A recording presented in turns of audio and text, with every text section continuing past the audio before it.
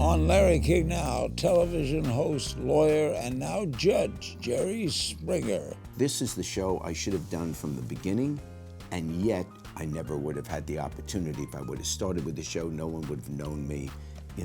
I wouldn't have been able to break through. Plus, what a job to have. I mean, think of the craziness I saw every day for 27 years.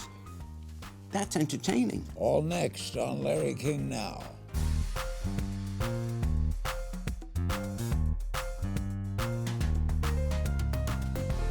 Welcome to Larry King Now. Today I welcome one of my favorite guests, television host, lawyer, and producer Jerry Springer.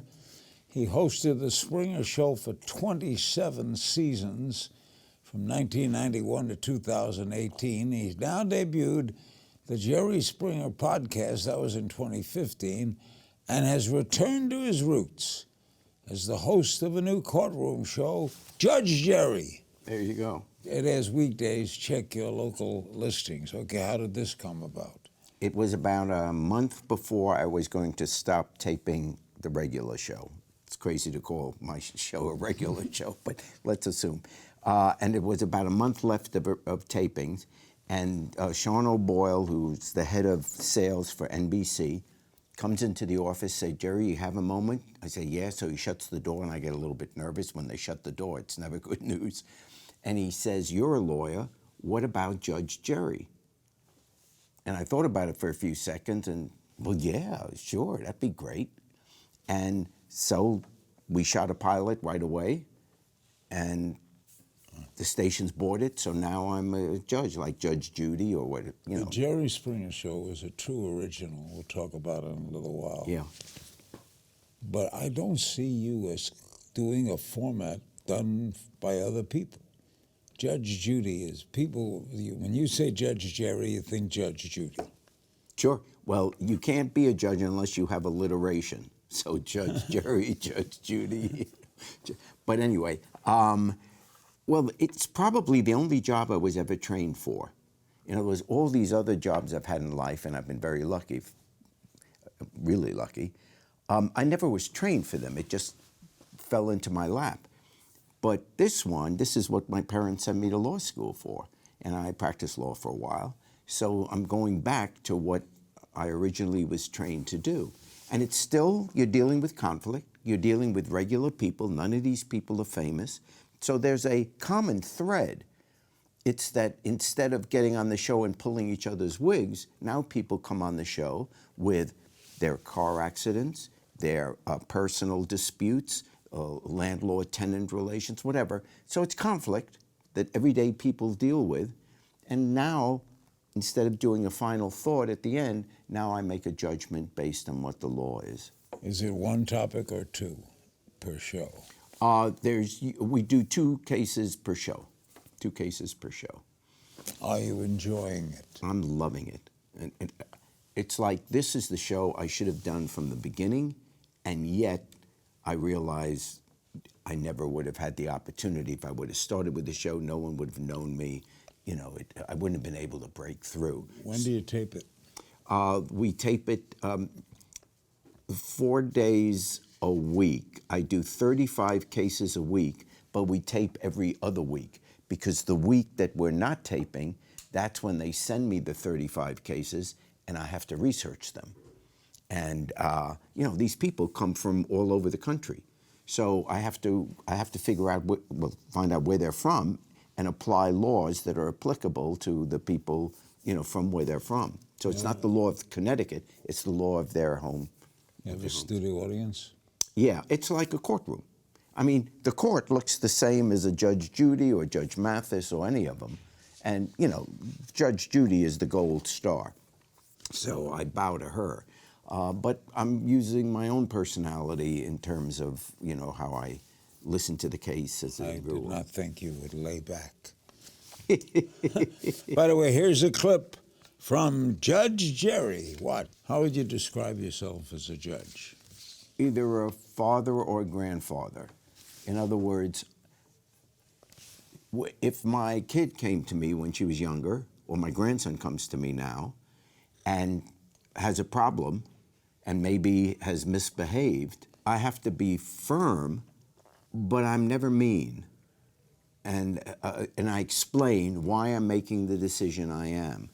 And I think it's that kind of, because that just comes natural. That's what I am, you know, a father and a grandfather and a husband. So it's never done out of anger.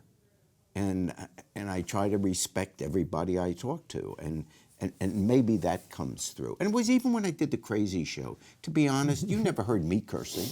I wasn't, you know, ripping wigs off and stuff like that. I don't imagine that the audience at Judge Jerry is screaming, Jerry, Jerry, Jerry. Well, Don't tell me. they don't. Okay. But when I first come out to greet them before we turn the cameras on, I come out and say hi, and you know, that when I come out, they do the Jerry, Jerry, and I say, you know, this show's going to be different. This is a real courtroom. Whatever decision I make, the people have to live with. They can't then appeal to a court of common pleas. So we have to have the decorum that we would normally have in a courtroom, and they're perfect like that. I mean, they'll laugh if I say something funny or whatever, but it's not raucous. No, it's a courtroom. Why do we enjoy conflict? Because we're social beings. If you had television 2,000 years ago, you could have had talk shows, you could have had court shows. People used to gather in the town square or in the marketplace, and they would talk about what's going on in their neighborhood. And, oh, did you hear about what such and such did? Well, we're still the same. We are fascinated by what other people are doing. And that has always been the case because we're social. And, you know, you could be a Harvard law professor or an English professor and, you know, very intellectual. And yet, when you come home at the end of the day and you talk to your wife and she tells you something that happened to the neighbors down the street, you're not going to say, oh, that's beneath me, and let's talk about it. You'll say, what? He did what? Really? Wow. So that's what we do. And television has made our neighborhood the whole planet. And social media has made the neighborhood the whole planet. We know more about the Kardashians than we do about the person living next door to us. When we come back, Jerry talks 27 years of The Springer Show and how the syndicated talk show became a national phenomenon. Make sure to catch Jerry in his new show, Judge Jerry, airing weekdays. Don't go away. We're back with Jerry Springer. He hosts Judge Jerry weekdays. Tell me how The Springer Show began. I was anchoring the news for 10 years in Cincinnati. And we were pretty dominant in the ratings. But the station, the company that owned the station where I did the news, also owned talk shows. Phil Donahue, Sally Jessy Raphael, a bunch of them. Phil was getting close to retiring. So one day... At an early age. Yeah. He could have gone on. He was great. He was still the best. And one day, the CEO, Walter Bartlett of Multimedia, who owned the station, the NBC affiliate, took me to lunch and said, Phil's retiring, and we're going to start another talk show, and you're the host. I was assigned to it as an employee. I never spent... I remember even going home, not even saying to my wife what happened. I mean, it was no big deal. But how did it become what it became? It started out as a serious talk show like Phil did. I mean, we had guests like Oliver North, Jesse Jackson. It was just it was boring, but it was a normal talk show. There were 20 talk shows at the time, every one trying to be like Oprah, appealing to the demographic which we refer to as middle-aged housewives. Along came Ricki Lake. She really had the first talk show that went after the kids. And when I say kids, I mean high school, college age. And I just thought, as a business model, why are we trying to be 1 out of 20 shows going after Oprah's audience and getting like this much of it? Why not go after Ricki Lake's audience, and then we're only competing with one other person? We'll get a much larger piece of the pie. So the very next day, we said, from now on, only young people in the audience, young people on stage, young subject matter. Well, as you know, young people are much wilder in their lifestyles and what they talk about. So every once in a while, the show went crazy. Not every day, but every once in a while. Really, come on, Jerry. Universal bought us, Greg Meidel. And he says to us, Universal said, from now on, you can only do crazy. They saw that this could be something. So if you had called us with a warm, uplifting story, we weren't allowed to do it. We had to send it to another show, and the producers were given a list of all the other talk shows where you sent it. We were only allowed to do crazy. So every day that I go in, I know that they're going to hand me a crazy subject. Frankly, that's though, how it got, and it really worked. I mean, you did so well with it, and you had it so many years, but did you like it? Yeah, and I'll tell you why I did. This is God's truth. Well, except for you, because no one has met the people you have. But I could go out to lunch or dinner with anybody and say, hey, how was your day? And they'd say, oh, it was a tough day at the office. Oh, a funny thing happened over at the water cooler. And they'd tell their funny story, and I'd chuckle. And then they'd say to me, Jerry, how was your day? And I said, I had a guy who married his horse. So I'm always going to have the better story. What a job to have. I mean, think of the craziness I saw every day for 27 years. That's entertaining. People used to accuse it of being manufactured. Yeah, well, all you had to be was there to see that, you know, all you have to do is walk down any street in America. Or you pick up any newspaper where they still exist. And by the time you get to page 6 of the newspaper, I've got 20 shows.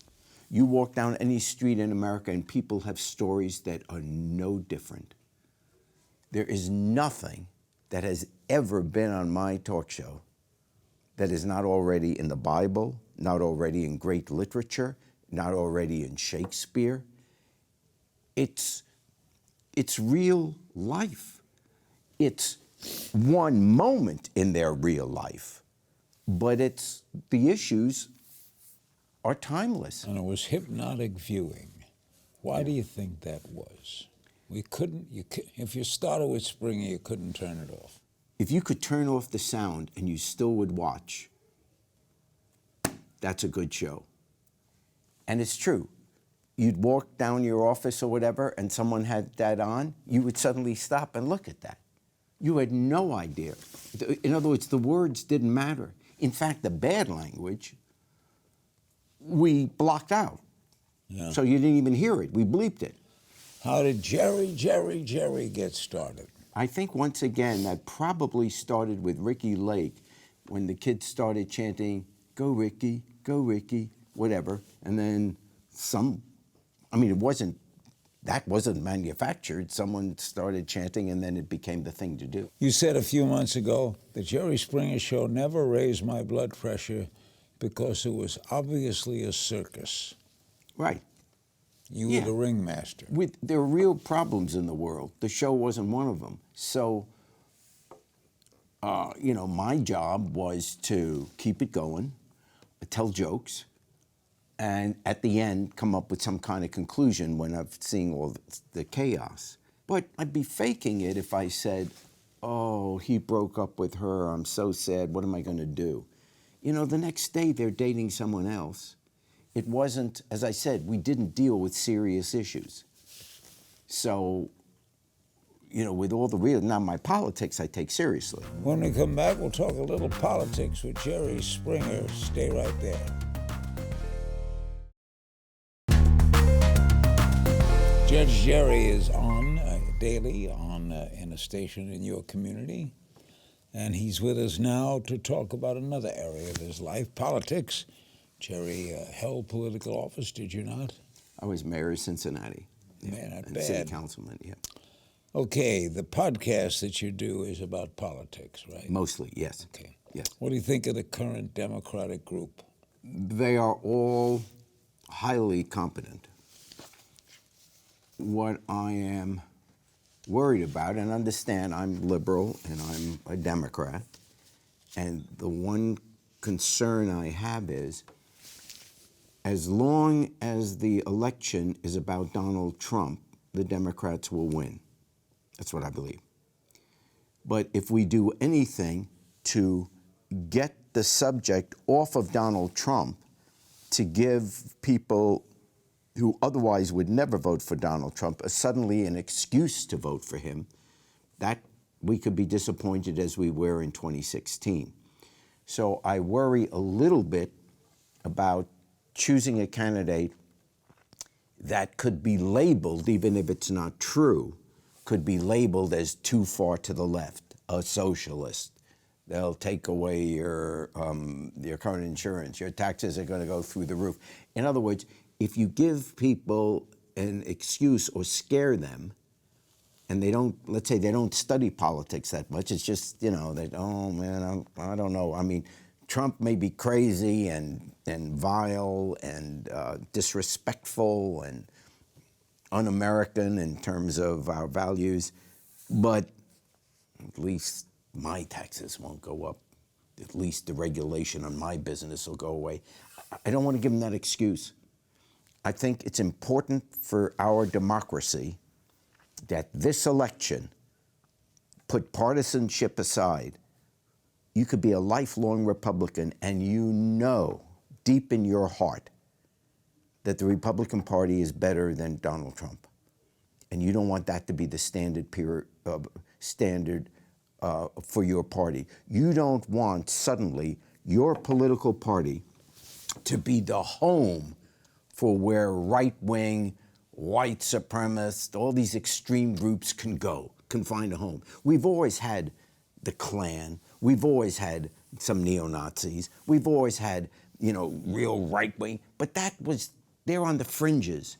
The danger this time is for the first time in their existence, there is a political party, the major political party that says, you're welcome here. It's not all bad. There are good people on both sides. Come on in. And that's what happens when these very reputable U.S. senators turn their heads and say, well, I don't like what he says, but they've got to realize that when they don't speak out against this and vote against this, that they are giving a home to the worst instincts of American values. Which one of these Democratic candidates do you think has the best chance of beating him? I think most of them would, because, in other words, they're all competent enough to beat him. I think Elizabeth Warren and Bernie Sanders, maybe. I hate hearing myself say it because I love them both. But I really do think that they may have a tougher time winning because there are too many people, not the kids, but too many people in the middle in terms of age, in the middle in terms of political philosophy, in the middle in terms of physically the country in the middle, that will shy away from that. And they won't vote for Trump, they just won't show up and vote. And that's our danger. We perhaps will survive the 3.5 or 4 years of Trump. I don't think he'll be removed in an impeachment. I think he'll be impeached, but I don't think he'll be removed. But we could maybe survive these 4 years. But if we have 8 years, and if we have him for another 4 years where he doesn't have to worry about being reelected, you think he doesn't have any barriers around him now. Can you imagine when he doesn't have to have a political rally anymore? He doesn't have to worry about winning Wisconsin. He doesn't have to worry about anything. There will be nothing available to stop the outrageousness when it is outrageous. Nothing. Not the courts, not the press, not the Congress, not the military. He'll do whatever he wants. Is Joe Biden your logical choice? He's certainly one of them. I do like Kamala Harris, but I don't know that she's going to get the nomination. I like Joe Biden. Who doesn't? Right, right. And so, look, I will vote for a ham sandwich, and I don't eat ham. Yes, they all are. So I don't really have a favorite, and I don't want to be. I just want someone to convince me that if it's Elizabeth Warren and if it's Bernie Sanders, we're not going to blow the chance to beat Trump, because there are going to be people who are to the right of me who think that that's too far left. And if we blow this, all these other issues don't matter. Now, the good thing I would say to people that are questioning Elizabeth Warren or Bernie Sanders is understand there's still a Congress there. So it's not as if, and this is true in every presidential election, it's not as if the president's going to get through the legislation they want. Look what Obama had to go through to try and get Obamacare through, the Affordable Health Care Act. So it's not going to be extreme at all because nothing extreme gets through Congress. So I'm saying, please don't be afraid. I'm just worried politically whether people will be afraid. When we come back, Jerry, we'll answer some of your questions sent in over social media. We'll return right after this. We're back with Jerry Springer. He hosts Judge Jerry Daily. Okay, some social media questions for you. Podtrax on Twitter asks, which show is more stressful, the Jerry Springer Show or Judge Jerry? Judge Jerry, the Jerry Springer Show wasn't, stressful at all. I mean, anybody could have done it. If you want to be a talk show host of a crazy talk show, you only have to know 3 lines. You have to know to say these 3 things. You did what? Come on out. We'll be right back. If you can say those 3 lines, you're a talk show host. Okay, so there's no stress in doing that show. It was just a circus. It was funny. The court show, there is stress because I'm dealing with people's lives. I want to be fair and just. And when they filed a lawsuit, they didn't know they'd be on television. They have no idea. There are, 100,000 cases filed every day in America. And our producers every morning get up and on the computer look at every case that has been filed in America. And if they see an interesting case, they call the plaintiff and the defendant and say, would you like to have your case adjudicated on national television with me as the judge? If they say yes, we fly them to Connecticut and we do the show. So it's not like they created this situation so they could be on television. So it's a real case, and the pressure of making the right decision, the fair decision, that's more pressure. Bonnie Quinn asked, did you enjoy the drama of the old show?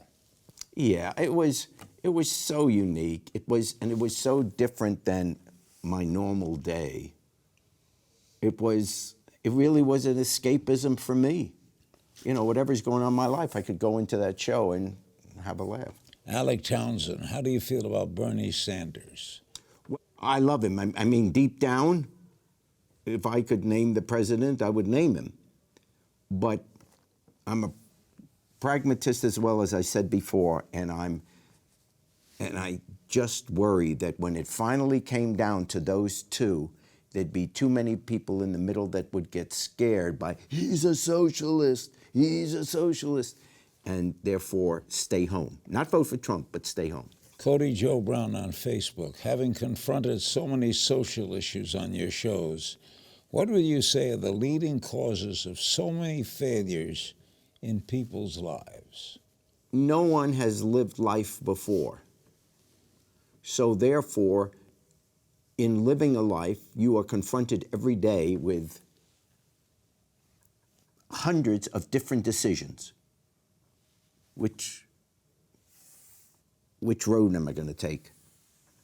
How am I going to answer my kid on this question? Right? There are so many decisions that we're not even conscious of counting them all every day. So the odds are that a whole bunch of times in your life, in your day, you're going to make decisions that turn out not to be the right one. Not because you're a bad human being, but because whatever was going on, you made the wrong decision. And then we're left to grapple with it. And we don't always have the tools to grapple with it.